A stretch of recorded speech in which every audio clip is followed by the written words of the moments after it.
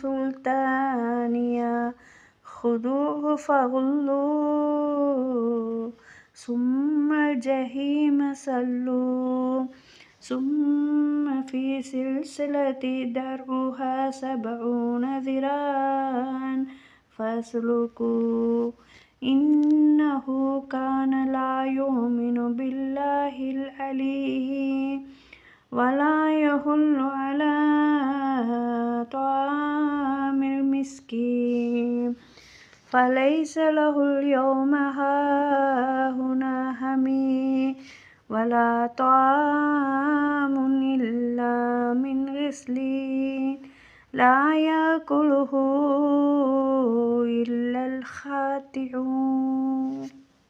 அளவிலா கருணையும் இணையிலா கிருபையும் உடைய அல்லாஹ்வின் திருப்பெயரால்.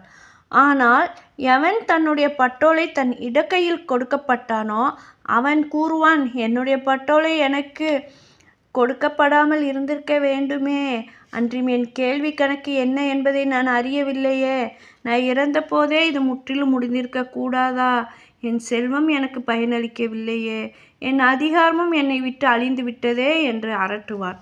அப்போது அவனை பிடியுங்கள், பிறகு அவனுக்கு அரிகண்டமும் விலங்கும் மாட்டுங்கள், பின் அவனை நரகத்தில் தள்ளுங்கள், பின்னர் 70 முழ நீளமுள்ள சங்கிலியால் அவனை கட்டுங்கள் என்று உத்தரவிடப்படும். நிச்சயமாக அவன் மகத்துவமிக்க அல்லாஹ்வின் மீது நம்பிக்கை கொள்ளாதிருந்தான். அன்றும் அவன் ஏழைகளுக்கு தானும் உணவளிக்கவில்லை, பிறரையும் உணவளிக்க தூண்டவில்லை. எனவே அவனுக்கு இன்றைய தினம் இங்கே அனுதாபப்படும் எந்த நண்பனும் இல்லை. சீலை தவிர அவனுக்கு வேறு எந்த உணவும் இல்லை. குற்றவாளிகளை தவிர வேறு எவரும் அதை புசிக்க மாட்டார்.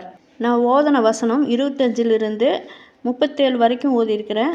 இந்த வசனங்கள் மக்கள் அல்லாஹ்வின் முன் கொண்டு வரப்படும்போது அவங்க ஒருவருக்கு அவங்களுடைய செயல்களின் ஏடு அவங்களுடைய இடது கையில் கொடுக்கப்பட்டால் அந்த துர்பாக்கியசாலிகளின் நிலையை பற்றி தெரிவிக்கின்றன. இந்த நேரத்தில் அவன் மிகவும் வருத்தப்படுவான்.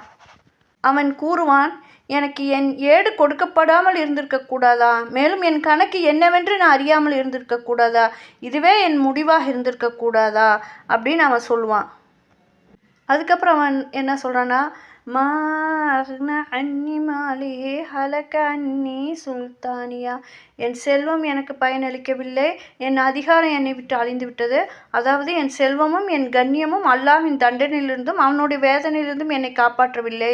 இப்போது விஷயம் என்னுடன் தனியாக முடிந்துவிட்டது. எனக்கு உதவி செய்யவோ அல்லது என்னை காப்பாற்றக்கூடியவரோ யாரும் இல்லை. இந்த நேரத்தில் அல்லாஹ் சொல்கிறான், ஹுதூஹு ஃபகுல்லூ சும்மல் ஜஹீம சல்லூ, அவனை பிடிங்க, அவனுக்கு விலங்கிடுங்க,